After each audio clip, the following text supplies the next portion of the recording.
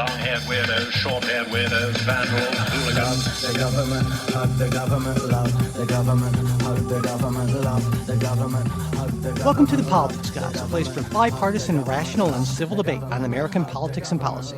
I'm Michael Baranowski, a professor of political science at Northern Kentucky University. I'm joined today by my conservative counterpart, attorney and former deputy assistant to President Trump, May Mailman. Hi, Mike. Hey, May, how are you doing this morning? It's just Trump all the time. I'm already sick of it. And we are many moons away from being rid of it. But other than that, I'm okay. Yeah, that's sort of how I feel as well, I think. And of course, we are going to be talking about Donald Trump in a number of contexts, the indictment and what the election's looking like, some new polling numbers. But there are going to be some non-Trump things we will be getting to, like the credit rating downgrade for the U.S. and some stuff about gender-affirming medical care. There was some congressional testimony about that May is intimately familiar with. Initiatives and referenda, social media echo chambers, some new research on that. Now, a lot of that's probably going to end up in the midweek show, but we're going to get to as much as we can here. But before we do, I wanted to give sort of an update or a correction, I guess you can say. In last week's show, Jay and I were talking about the Hunter Biden plea deal, and one of the things we talked about was that pre-trial diversion thing on the gun charge. And both Jay and I thought, it's not a big deal, the gun charge. Well, we heard from a federal judge who's a listener, and he had this to say. He contacted us. He said, both of you guys are wrong about the Hunter gun deal. I get about a similar charge per year, making false statements on an ATF form. It's a felony, no diversion. I have a defendant in a case with that charge now, a 20-year-old African-American woman, no criminal history, not even an arrest, no diversion even offered. He said it's not a thing. Federal courts don't do that. Personally, I think we should, but that's not my call. And he said 2 days after the Hunter diversion deal was announced, my defendant appeared in court. I asked the prosecutor if she'd been offered the same deal. Answer, no comment. And he said also he talked to the head of his probation office, and she's been there around 20 years, and said, nope, she's seen like 3 diversion deals in that time. So it's always good when we can rely on the experience of people who really do these things for a living. And I thought that was an important, some important information to add to what Jay and I had to talk about on that. So there you go. All right. Well, we've seen, a number of Trump indictments at this point, but the big one, the one we've been waiting for, came out this week when a federal grand jury in Washington, D.C. returned a 4-count indictment against Trump. The charges are conspiracy to defraud the United States, conspiracy to obstruct an official proceeding, obstruction of an attempt to obstruct an official proceeding, and conspiracy against rights. Now, prosecutors contend that Trump knowingly lied about voting in a number of states in order to disrupt certification of the election, as well as pressuring federal and state officials to challenge election results that he knew were not fraudulent. And while prosecutors agreed that Trump had every right to speak about the election, his First Amendment free speech rights there, including questioning its legitimacy, they contend that knowingly using lies to obstruct the electoral process is not protected speech. And although 3 of the 4 charges involve conspiracy, Trump was the only defendant named in the indictment, which potentially may streamline the process compared to an indictment in which Trump's alleged co-conspirators might have been named in charge, and maybe that will happen at some point. And while Trump may argue that he believed the election results were in question, the prosecution will be presumably presenting evidence that numerous officials told Trump that this simply was not the case. In fact, in one instance, as mentioned in the indictment, it was alleged that after Vice President Pence repeatedly challenged the rigged election narrative, Trump told him, "You're too honest." Now, as expected, Donald Trump pleaded not guilty and posted on Truth Social the all caps message, "I need one more indictment to ensure my election." So that's a typical Trumpian response there. There's a lot going on here, May. What's your initial reaction to the, let's just start with the substance of the indictment? So I thought the indictment missed the one thing that it needed, which is anything about Trump's state of mind. What is necessary for Jack Smith to prove is that this was all a sham, right? That President Trump knew he lost the election and he was trying to monkey with the law in order to defraud the United States, obstruct Congress, et cetera, but get something that he wasn't entitled to, right? And throughout the indictment, there is nothing, zero, about Trump's state of mind. There's a lot about Mike Pence's state of mind, Brad Raffensperger's state of mind, the White House counsel's state of mind, AG Barr's state of mind. So you've got all these people telling Trump you lost, or at least your fraud claims aren't doing well in court or whatever. But I can't find a single instance where Trump even acknowledges, I hear you, I get you, but I got to try my case anyway. Nothing. And I guess it's possible that Jack Smith has that information and is just hiding it and holding it back, but that seems very implausible. So that, to me, if that's the one thing you need to prove, and that's the one thing that's missing in the indictment, I find that super problematic.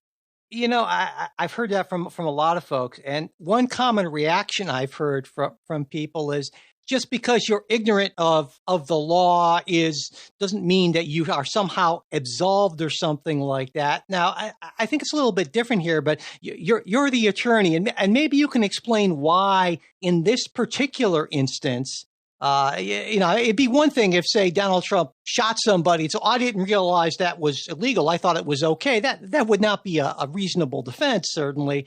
But in this case, you can argue that it is, and maybe you can explain why in this particular instance, Donald Trump's state of mind may be absolutely critical to the outcome. Right. So there's a divide between general intent crimes and specific intent crimes. So like if you're speeding and you get pulled over and you say, I didn't know, speeding does not require that your state of mind be any specific thing.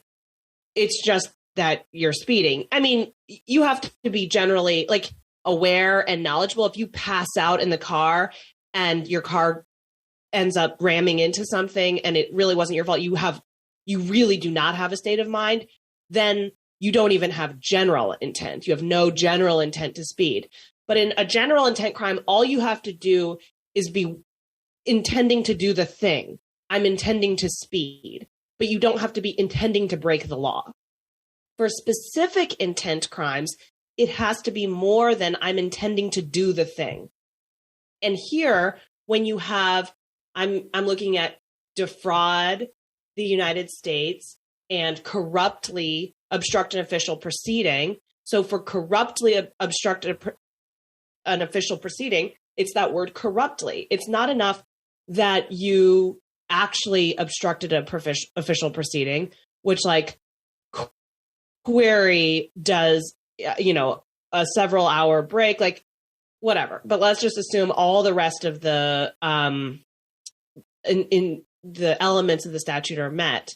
That corruptly requires a specific intent that not only did I intend to obstruct the proceeding, but that I intended to do so corruptly. And it is that corruptly piece that requires that what you knew that you were doing was not allowed.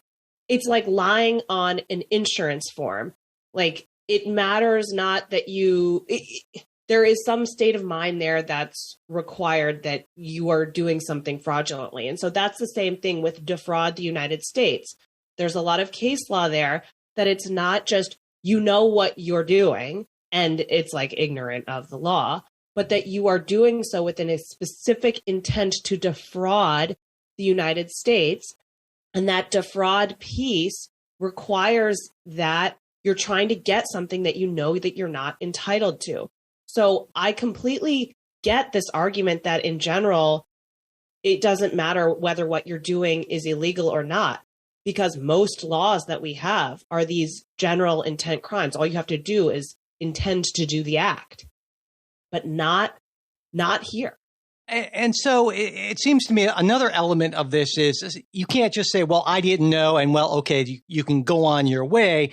There is, if I understand correctly, the how to determine whether somebody knowingly did something or not. You can make an argument that, well, a reasonable person should have known. And if you willfully blind yourself to facts that might indicate that you're breaking the law, and a jury is convinced that you've willfully blinded yourself to these things, well, that essentially is the same as, or can be seen as the same as knowingly doing these things. Is that more or less right? So yeah, like whether an extreme version of recklessness is the same as intent. And in some areas of the law, yes, not in all areas of the law. I don't know if they're for this, these specific provisions, 18 USC 371, 1512, whether the Supreme Court has opined on that level of extreme recklessness equating to intent. And so I think there's definitely going to be arguments both ways. And it's just the other issue, I think, with the indictment is that the real crux of the indictment is about the false elector scheme. Yes, they mention stuff about storming the Capitol, but the real thing that is at issue here is this alternate electors, fake electors in the states. And when you look at Trump's participation, knowledge in that scheme, there are some conclusory statements saying that Trump directed it, but his only participation that they point out is a phone call with one of his co-conspirators to Ronna McDaniel saying, we need these alternate electors set up just in case we win our cases. And then everything's going to move very fast. And so we need our alternate electors set up. That's the phone call that he's on. So that's just all of these facts moving up to, Trump was intending to do something illegal when all you have is conclusory statements and then his actual participation is that phone call. It just is not, it's not a strong case to me. Does it matter that it's not a strong case? Are you still in front of a somewhat hostile judge? I'm going to say somewhat, even though I think it's far more than that, and a hostile jury. Like, yeah, you're going to probably lose motions. You're going to, if it gets to the jury, lose the jury. But it still doesn't, I think, change my opinion that this is not a strong indictment.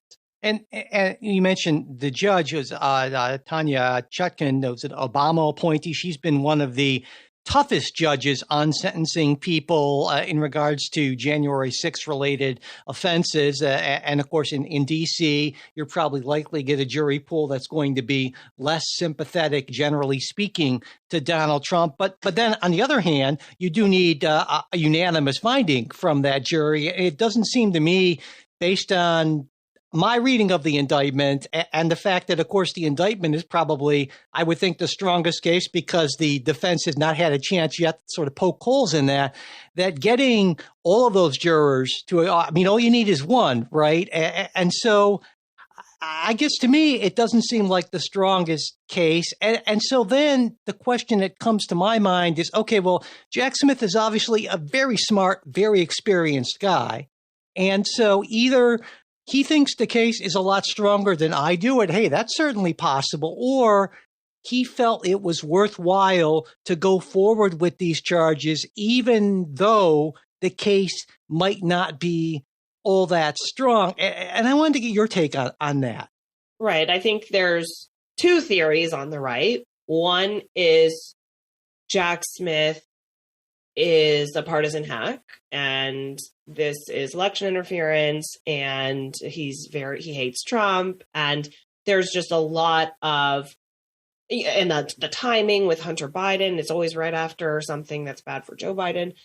And then I think the other theory is Jack Smith just is a super aggressive prosecutor that cannot help himself.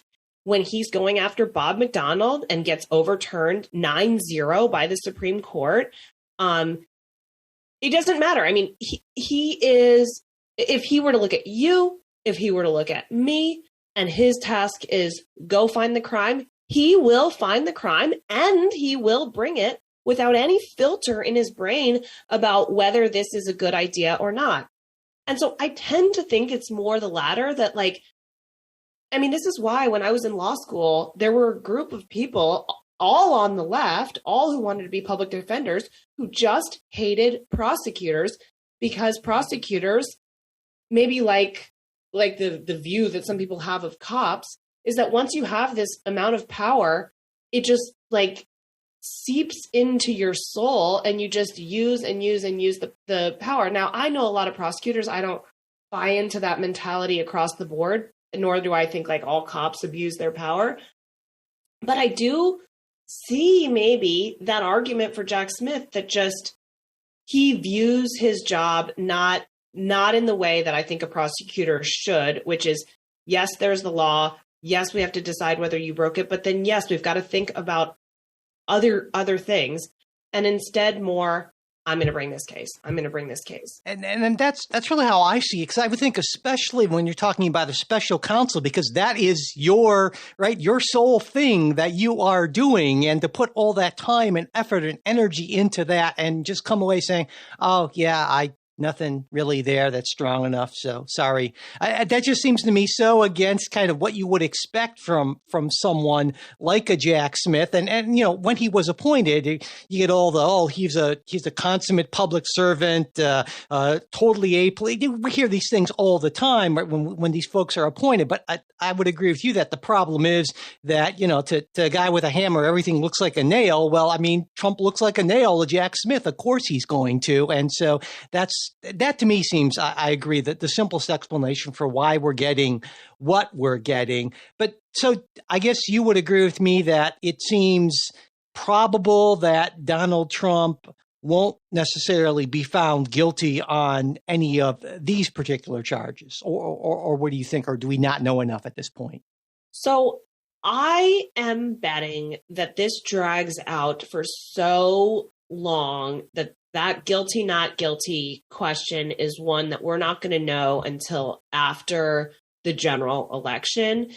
And I do think that a Republican president would end this, whether they would fire Jack Smith, whether they would pardon Donald Trump, whatever.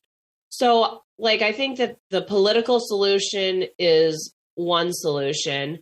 And I just think that I hope that we get some clarity on the legal issues.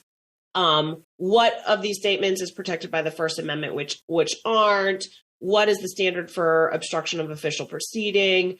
What is the state of mind necessary? That by the time you get all the clarity on the legal issues, there's very little of the case left.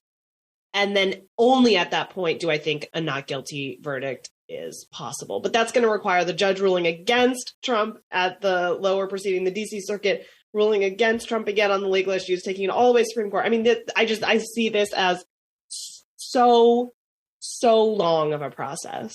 Even though I would expect that the judge would want to move things along as expeditiously as is reasonable, and it seems like from what I've heard from some of the rulings about the next stage that she's inclined to do that. But you're thinking even there, and even though they tried to, I guess, streamline it by not naming anyone but Trump, it's probable that this stretches past January of 2024, you think then?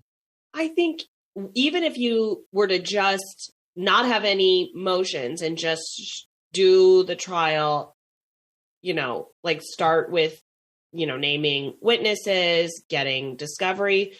The discovery, I mean, how many people did they interview for the grand jury? I know somebody who was interviewed, and they probably interviewed this person 4 times, 5 times. They started saying that it was harassment. So going through all of the issues that were covered from all of the many people, I mean, this was a years-long process, or I guess a year-long process from the January 6th committee, leading to another year-long process from Jack Smith, there's just so much to get through. I have not heard an attorney who has said that they think that this will go to trial before the general election. Yeah, I wonder about the co-conspirators thing.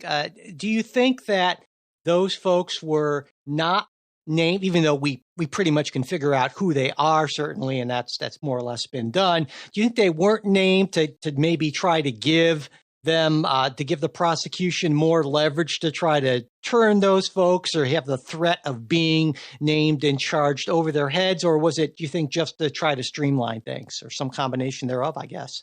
Well, at least what's being reported in the media from the quote unquote legal experts, who I would never disagree with, is that not naming the co-conspirators is an attempt to streamline the case to hear it before the 2024 election. And this is, if the co-conspirators, I'm just reading, if the co-conspirators were indicted, that would almost certainly slow down the process, potentially with the other defendants filing motions seeking to splinter their cases from Mr. Trump's. So I agree with that. I assume that is the reasoning here, which I guess is problematic to me, because I don't think that whether Trump is a criminal should be linked to the election at all, right? Like, it just adds to this narrative that this is election interference. If what you're trying to do is get this guy in prison before the election, I don't think that's a good story to tell the American public, rather than I am blind to circumstance. All I care about is the law. If you are a criminal, we're going to do it. We're going to do this in the normal process, and you're going to and this is about the law. This isn't about who you are as a person. And I think that we're not going to name the co-conspirators and we're just going to go after Trump, blows that idea up. Gotcha. And so the argument then would be, well, yeah, sure, it could be the case that, I would say it would be the case that if Donald Trump is reelected, he would almost certainly direct he would fire Jack Smith. He would end the case, but that's a separate issue. And so I think there's something to that. When you mention that, there's also this theory that Democrats are doing this in some sort of grand conspiracy, which you can't see my eyes rolling, but whatever. But that, Donald Trump had that post, right, about how one more indictment and it ensures my election. And there are a lot of people saying, yeah, there are people who are doing this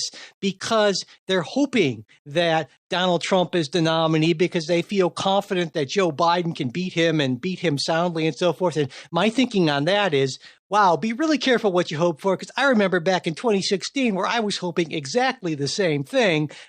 And because I thought, well, I don't know who Hillary Clinton can beat, but I'm sure she can beat Donald Trump. And wow, I'm not going to get burned on that one again. So I don't think that's the strategy. I don't think Jack Smith is in part of some grand conspiracy. But if he were, I would say it's a really dumb conspiracy because, anyway, so. Yeah, no, that is what the I wouldn't say the Republicans are saying. I would say that for some people, it's a talking point that has a lot of purchase.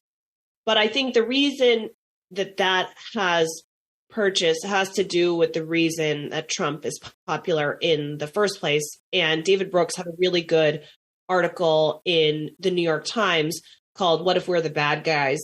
And it basically talks about class in America, and starting from like Vietnam War, when the wealthy didn't have to go to war but the middle class did, just like all the way through to today. And I think there is this idea that that society has been set up in a way that very much rewards the people that it rewards, like the elites or whatever. And then the elites hand out the benefits of society to the people that they feel are deserving, and the people who they feel are deserving are not Trump supporters. And so although I think I don't agree with this grand conspiracy necessarily, I think we have to acknowledge what that feeling comes from. And I would recommend you read that article. Like, it is just, it helps understand the feeling of just classism in America that we cannot brush aside. Absolutely. Yeah, I totally agree on the article. I will try to remember to put a link in there in the show notes because it is definitely worth reading. It seems to me, now I'm not Jack Smith, but it seems to me that if my position on bringing charges against a political opponent would be, I would only want to try to indict someone even when the law is absolutely clear, the evidence is compelling. And then in this instance, it seems to me that what Donald Trump did may have been dumb, may have been impeachable conduct. He was impeached, but wasn't convicted. It may have been wrong in a lot of ways, but it doesn't seem to me that it was clearly criminal. And I just get really concerned when it seems like the criminal justice system is being used to try and punish people for maybe who deserve punishment, but not through the criminal justice system. And that doesn't mean that I don't think that Joe Biden is the puppet master pulling these strings, but it just feels to me to be, I won't go so far as to say an abuse of the system, but boy, I'm just uncomfortable with a lot of these federal charges against Donald Trump, aside from the documents charge, which I feel like, okay, that seems to be pretty straightforward. Donald Trump kind of did that to himself. But on a lot of these other charges, I got to say, they make me feel uneasy because of the not just as the look, because of, I think, the precedent that they set. And so that's coming from someone obviously who believes that Donald Trump is a deeply troubled, delusional, corrupt person, but that I think it's especially important to give the benefit of the doubt in the criminal justice system to people that we especially dislike. That's kind of the whole basis of this thing. But anyway, that's kind of where I'm at on this. Yeah, and I think there was a real missed opportunity during the January 6th Capitol riots. It was just, I think, a very unifying moment, if not a very horrifying moment, where, obviously we now have the text messages released. Every Republican who could contact the White House was doing so and saying, please stop this. It was embarrassing for Republicans. Like, there was, I think, a nationwide moment of, this is bad. And Trump is part of this. And I think we've taken that idea that we don't like this, we don't want this, and we've so politicized it and now criminalized it that it's just now an ink blot test. How you feel about January 6th now has more to do with just whether you're a Republican or a Democrat than it was on that day, which is just universal distaste. And I just think that is a failure of leadership to politicize something like that. And I don't know. Yeah, yes, it is an abuse. Yeah. I think that's a political case you make in that, this happened. Donald Trump did nothing, sitting in the White House watching the news and so forth. Great. And I think that's a very strong case to make about a deep and deeply concerning failure of leadership. But again, bringing a kind of borderline, I would say, criminal case, that's a different sort of thing. And if I were Joe Biden, I don't know if I would do this if I were Joe Biden, but in my weird alternative universe, right, I would almost think about pardoning Donald Trump, just saying, like, you know what, this looks horrible, and this politicization of our opponents. I don't feel like I'm doing this, but to kind of rise above this sort of thing, why don't we just put this aside so there's no sense that I'm trying to essentially cancel my opponent And, I think politically that might actually not be a bad move, because a big part of what Donald Trump is arguing is, well, Biden and the deep state are going after me. They're trying to keep me out. And so I don't know. I think it would be in some way almost the right thing to do for the country. The parallels to Nixon's, Ford's pardon to Nixon aren't, exactly on point, but I feel like this would maybe be a moment for Joe Biden to rise above, or at least demonstrate some sort of real leadership. Remember, during his inauguration, he said he's going to try to bring the country together. Well, what could bring the country together more than saying, like, you know what, we're not going to prosecute Donald Trump for these things that really seem sort of borderline. When I mentioned this on the Discord, people freaked out. I was like, "Oh my God, you can't do that. No one is above the law." And I understand that no one is above the law. Should be. That's right theoretically, but in reality, we know it's not the case. But also, I would think you need to ask, well, what are the larger concerns here? And sure, if there's a case to be made against someone, you don't make it for the greater good of the country. And I think that can be a compelling argument at times. That was certainly the argument that President Ford believed in when clearly President Nixon was guilty of some stuff. And so in this instance, where the case against Donald Trump for everything except for the documents is kind of iffy, I don't know. I feel like this is a missed opportunity for Joe Biden.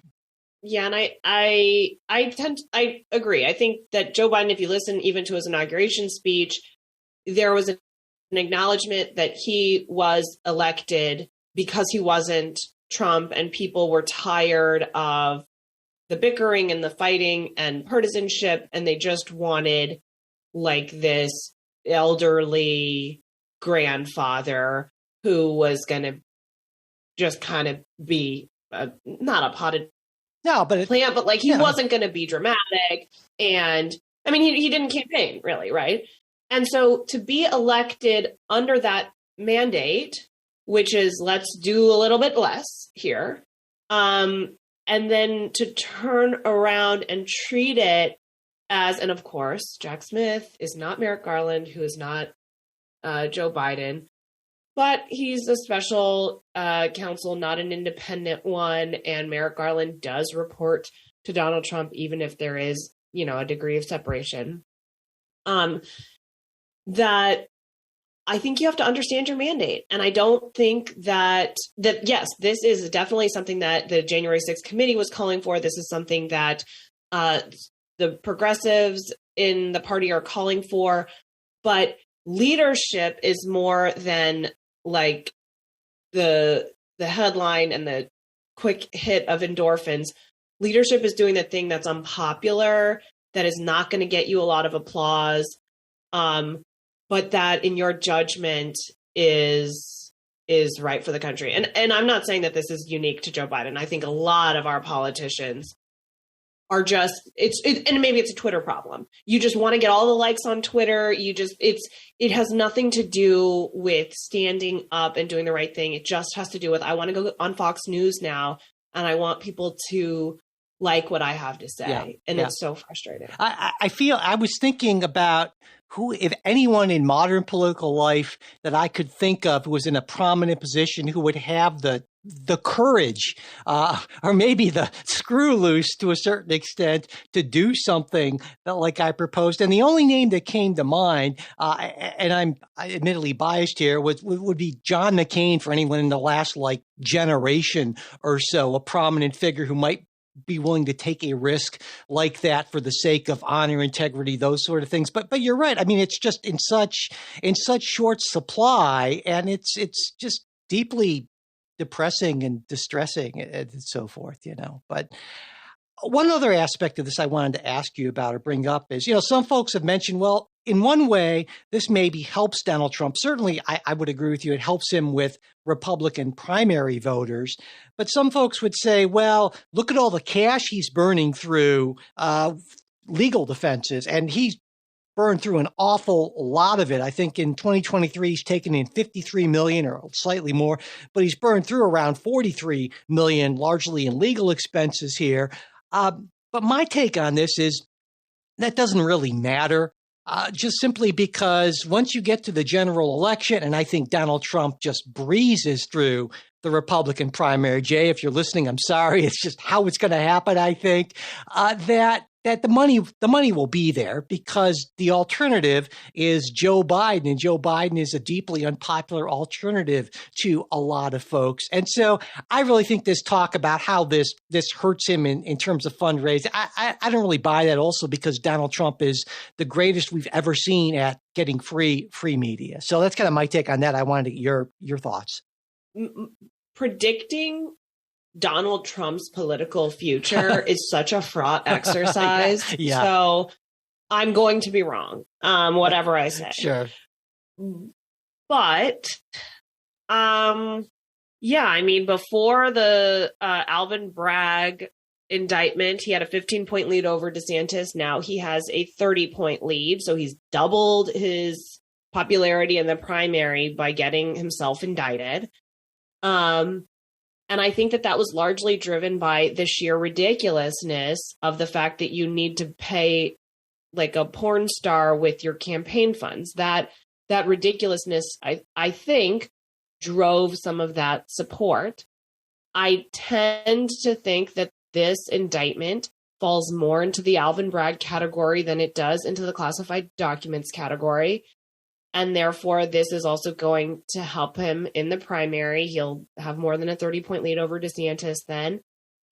In the general, I guess I still can't predict because Joe Biden did not beat the crap out of Donald Trump in the general. Joe Biden had every single benefit that he could have possibly had and still won by like 4.5 percentage points.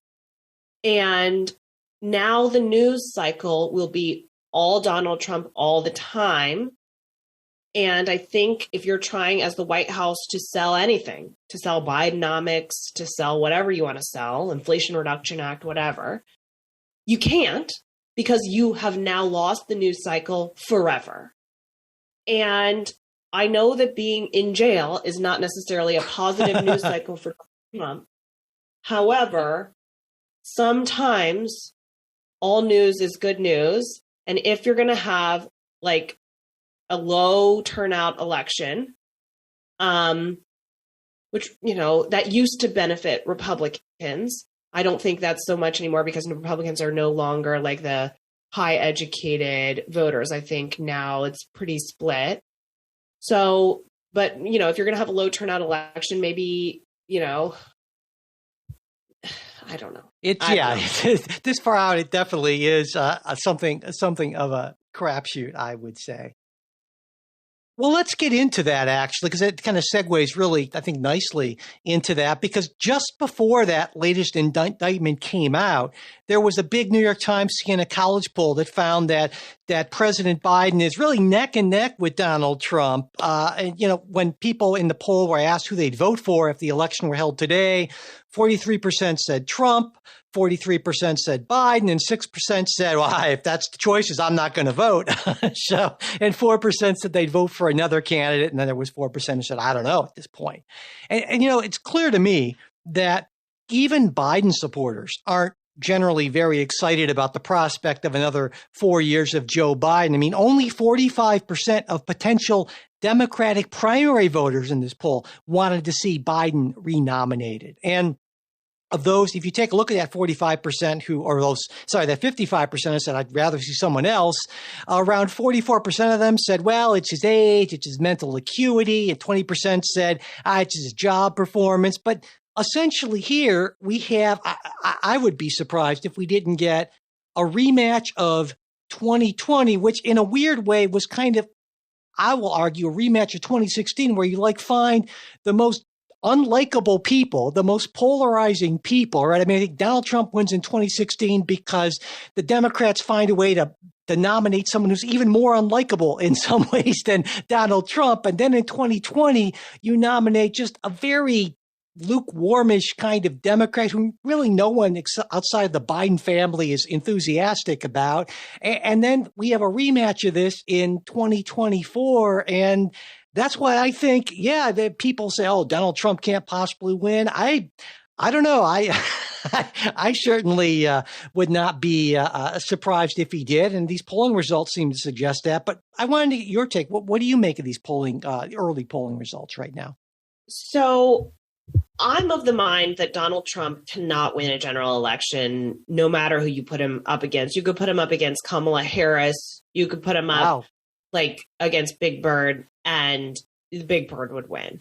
So, and it's because I just think that Hillary Clinton lost the election. Donald Trump did not win the election. I mean, during the 2020 or during the 2016 election, he basically didn't even have a real campaign staff. And now he's much more sophisticated, much more built out, has, obviously huge supporters, has money, although he's, burning through money as well.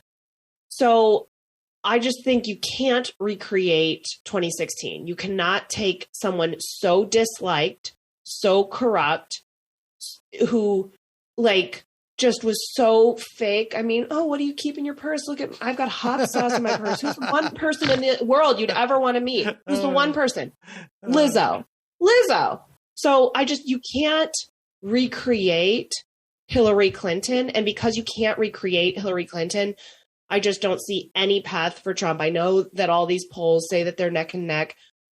I think people would vote for dead Joe Biden over alive Trump, even if there were third parties involved. I mean, that's how negative I am about Trump in the general. And I think that is egged on by my reading of the recent midterm elections. And I do think that Trump has a case to make to the American people, which is, was your life better under me, or is it under Joe Biden? That's literally the only thing he would need to talk about. He could go across the country and talk about that. Will he talk about that? Oh, God, no. Yeah, no. There's no way. No. He will not talk. No. But, a couple things, Alba, and it's weird, right? Because you're making the argument that he's probably not electable, and I'm going the other way. And maybe it's, like I said, because I got burned in a horrible way in 2016, and I'm just, once burned, twice shy. I don't know. You know what I'm saying. Anyway, but it seems to me also that when Donald Trump has been running, right, so 2022 midterms aside, Donald Trump tends to outperform his polling numbers, and maybe that's been adjusted for, maybe not, right? And I can see the argument that, well, once you start seeing the anti-Trump campaign ads with Donald Trump, fiddling while the Capitol burns kind of thing, where, okay, those swing voters that are so important, those few battleground states, yeah. And so my intellectual side, my rational side agrees with you, but something in my gut just says I will not count Donald Trump out. I could see Joe Biden, because Joe Biden getting up there on the debate stage and just doing something, I don't know what, but it's just it's a fraught sort of thing, I suppose. And so I think you're right in terms of just looking at the numbers and what we know right now. But, also I look at national polls can be deceptive, right? Because presidents aren't elected through national polls, and if you take a look at state level polling in those closest states, well, you see that, okay, it looks at maybe even a little bit better for Joe Biden, and that kind of heartened me in a way. But again, in the end, I just feel like I refuse to count Donald Trump out, both because Donald Trump is just an incredible battler who seems to be authentic and connects and can rally his base in a way that Joe Biden can only dream of. And also the fact that Joe Biden is an old guy who's clearly not at the top of his game anymore, and anything could happen with Joe Biden. There's a reason why I think Joe Biden is so seldom puts himself in front of the press, less so than I think any modern president. When you have a guy who, anyone who in public life, who the more he exposes himself to the public, the less popular he gets. I'd say Ron DeSantis is the same way. You got a problem there, I think. And that's not how Donald Trump is, at least with, his likely supporters. So, yeah, I agree with all of that. And my thinking that Donald Trump loses has little to do with enthusiasm necessarily. I think that in 2016, a lot of people shared your understanding and they underestimated Trump because he was so unpopular. And so you didn't have the League of Women Voters out there with the voting truck in Wisconsin scooping up votes. That underestimated nature of Donald Trump is gone. And also the nature of our elections has vastly changed. So I think that if you have it is a lot of work to get out there and scoop up mail-in ballots and to go knock on doors.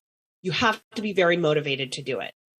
And so because Donald Trump is such a motivator, I think that he brings out the people to go into those swing counties and to go physically grab ballots. So it to me has a lot to do with just the way that our voting is, which doesn't necessarily measure the sentiment of the people.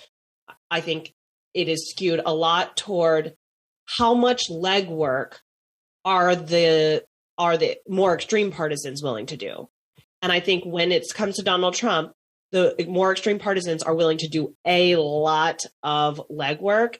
And that to me defeats Donald Trump every single day of the week. Yeah, that's a great point. That get out the vote effort is certainly going to be a lot more strenuous than it was in 2016 for all those reasons. So, but yeah, I say one final thing on this is it's just as an American, it's depressing to me to realize that for the third straight presidential election, I feel like I'm going to be voting for the lesser of two evils. You know, it's in my better world, I'd be voting in, I don't know, like a Buttigieg, Scott election or something, something like that. Right. And it's been a long time since I actually enthusiastically, cast a vote for a presidential candidate. And it just kind of makes me sad, I got to say.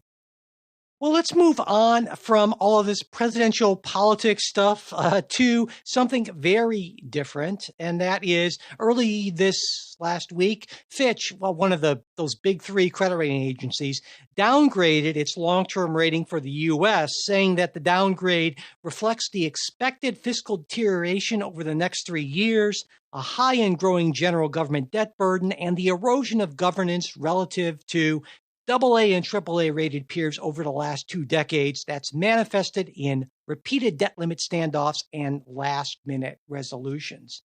Now, the agency also said that the U.S. lacks a medium-term fiscal framework. Unlike most of its peer countries, it has a complex budget process, and we've only made limited progress in dealing with rising Social Security and Medicare costs due to an aging population.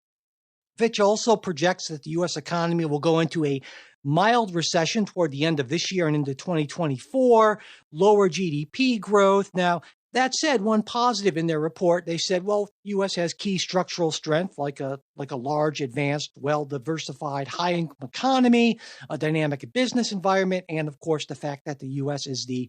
dollar is the world's preeminent reserve currency. Now, to this point, the U.S. was only one of 9 countries that Fitch had rated at AAA, and the remaining top-tier rated countries are Australia, Denmark, Germany, Luxembourg, the Netherlands, Switzerland, Norway, and Sweden. Now, in response to this, Treasury Secretary Janet Yellen called the downgrade entirely unwarranted and that it was based on what she termed a flawed assessment using outdated data. And she said, at the end of the day, Fitch's decision does not change what all of us already know, that Treasury securities remain the world's preeminent safe and liquid asset, and that the American economy is fundamentally strong. Now, to me, practically speaking, the downgrade won't have any immediate consequences for the U.S.'s ability to finance its massive deficit spending. By the way, that's $1.4 trillion this year. The national debt somewhere around $32 trillion. And if you're keeping track, that's roughly 121% of GDP. That's higher than even it was at the peak of spending during World War II, which was the previous high mark. Now, of those other big three agencies, Standard & Poor's downgraded the U.S. to AA plus in 2011. They've maintained that rating.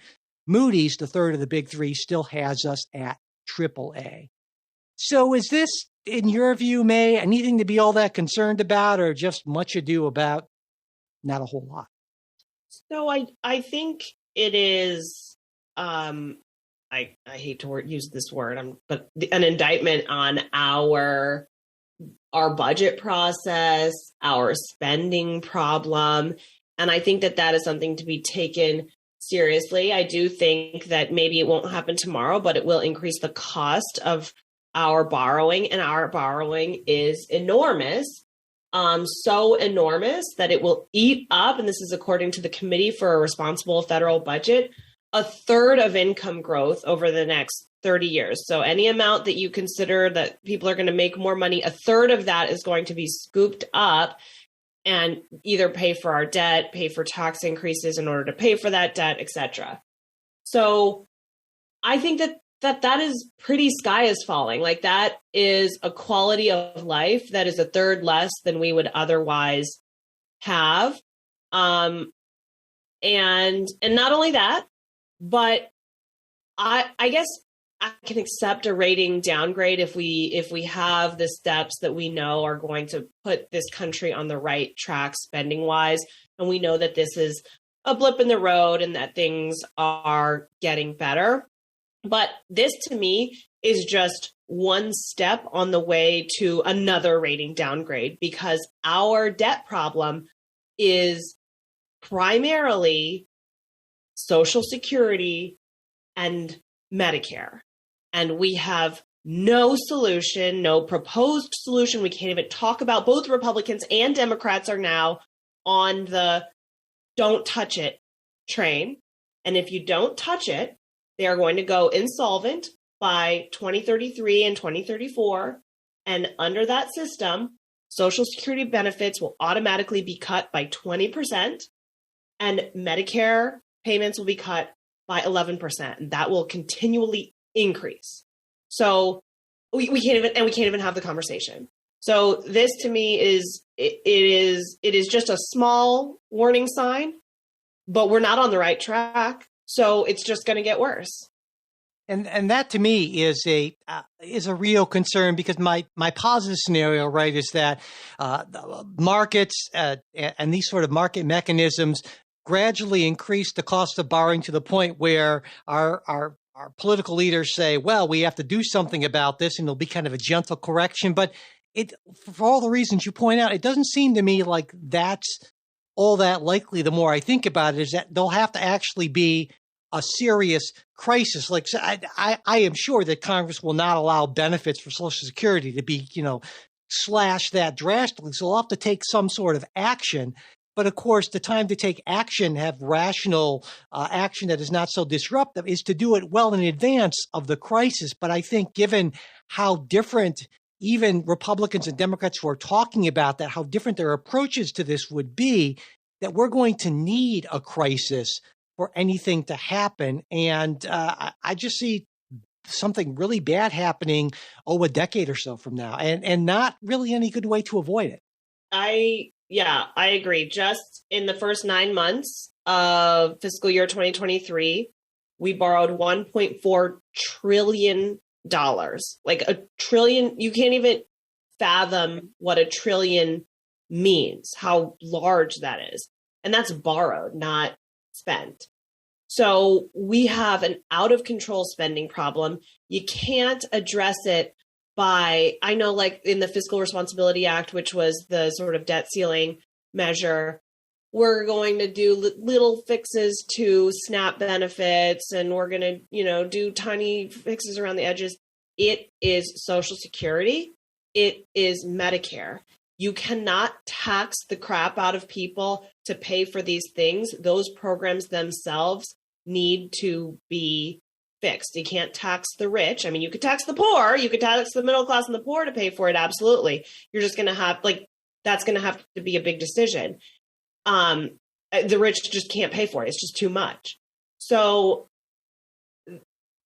yeah. And I mean, until we're willing to have that conversation. Yeah, I mean, I agree. Certainly, you can't do it all on the backs of the rich. I think some sort of, if you want to make these programs solvent for the long term, that means raising, if you want to keep the benefit levels, that means raising the tax burden on the middle class. And there's just no way around that as far as any analysis that I've seen can have. And so, yeah, it's going to be politically painful no matter what. And I just don't see the will to do that. It's a lot easier to borrow, even if our borrowing costs are a little higher, for politicians to do that instead of facing the wrath of the voters who either have their taxes raised or their benefits cut. Yeah. And I think that it misses also just the idea of, should we borrow a lot of money and, what the ratings decrease. And I have an article in Real Clear Policy called "Insane Deficit Spending is Immoral." I think there really is a morality issue with pushing today's spending to future generations and letting those generations have worse education system, worse infrastructure, a weaker military, less clean air and water. Like, that is what this means. So the ratings decrease is what it is. We have to have a moral conversation, I think, about pushing today's, elderly benefits to children being born. I think the fundamental problem is that given the incentives of politicians in our system, right, the short-term electoral incentives, that is just asking these folks who have been very successful in this short-term 2-year cycle sort of system to think 20 years down the road. That's a tough argument to make, and we just don't have very many political leaders that have the backbone, the courage, the true morality, I would argue, even in that word, to do that sort of thing. And that's just deeply unfortunate as well. Yes, I am not going to offend the listeners, but if anybody would like to have my take on the baby boomers, you can check out my article on Real Clear Policy. I'm with you on there for sure. Absolutely. We'll try to include a link to that as well. All right. Well, on that, it was kind of a depressing note to end on, but well, that's American politics for you. But we will end on that note. There's a lot of stuff that we weren't able to get to that we will be getting to in the midweek show, like gender affirming medical care. This has been an issue that Jay and I have talked about a lot, but May actually had an opportunity to testify to Congress recently on that. So I'm really excited to talk to her about that issue. We want to talk about initiatives and referenda. There's a big one in Ohio coming up, but it's a larger issue as well. And a big report from Science and Nature on social media echo chambers and what they do for polarization. We're going to get to all of that in the midweek show. So if you're a supporter, you'll be seeing that on Tuesday. And if you're not, well, we hope you'll consider becoming a supporter. It's pretty simple and straightforward to do. Just go to patreon.com/politicsguys. You can also support us on Venmo or at politicsguys, or through PayPal. You can find all those support links in the show notes, as well as at politicsguys.com/support. We know some folks are in a position where they'd like to get that full midweek show, not just the preview, but you're not in a position to financially support the podcast. Totally not a problem. Just send me an email, mike@politicsguys.com, and I will get that set up for you. And whether you're a supporter or not a supporter, we would really appreciate if you could spread the word, subscribe, rate and review us on your podcast app if you haven't done that yet, and share episodes on social media. And if you want to get in touch with us for any reason, you can do that on our listener Discord. If you're a supporter, that's always a fun and interesting forum. There's Facebook and Twitter. Also mail@politicsguys.com, and you will find links to all of that in the show notes. And finally, before we go, as always, a very special thanks to our fantastic executive producers, Bruce Johnson, Will Morano, Andra Masker, Daniel Toe, Ryan Beasley, Don Oglesby, and Ivan English. We'll be back with a new episode for you next week. We hope you'll join us.